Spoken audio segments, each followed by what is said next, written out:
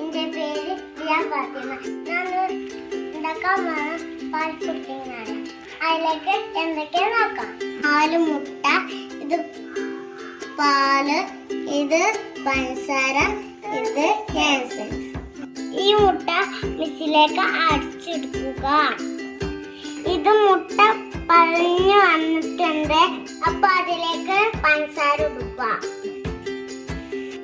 ഒന്നുകിൽ അടിച്ചെടുക്കുക. പഞ്ചസാര അല്ലോ അടിച്ചെടുത്തു. 1 ഗ്ലാസ് പാല്.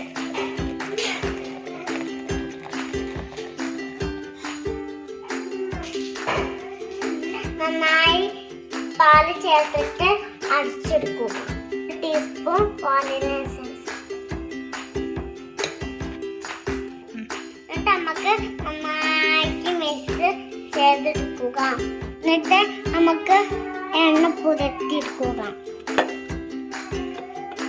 ഇതിലേക്ക് മാറ്റുക.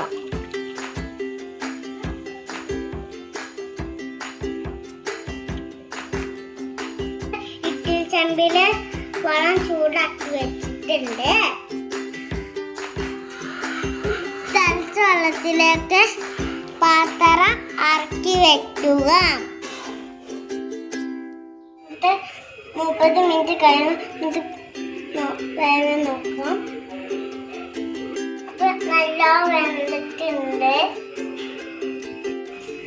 ഇത് ചൂടാറിയിട്ട് പ്ലേറ്റിലേക്ക് കൊട്ടുക.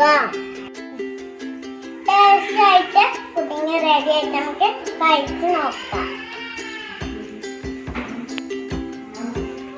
നല്ല സൂപ്പറായിട്ടുണ്ട്.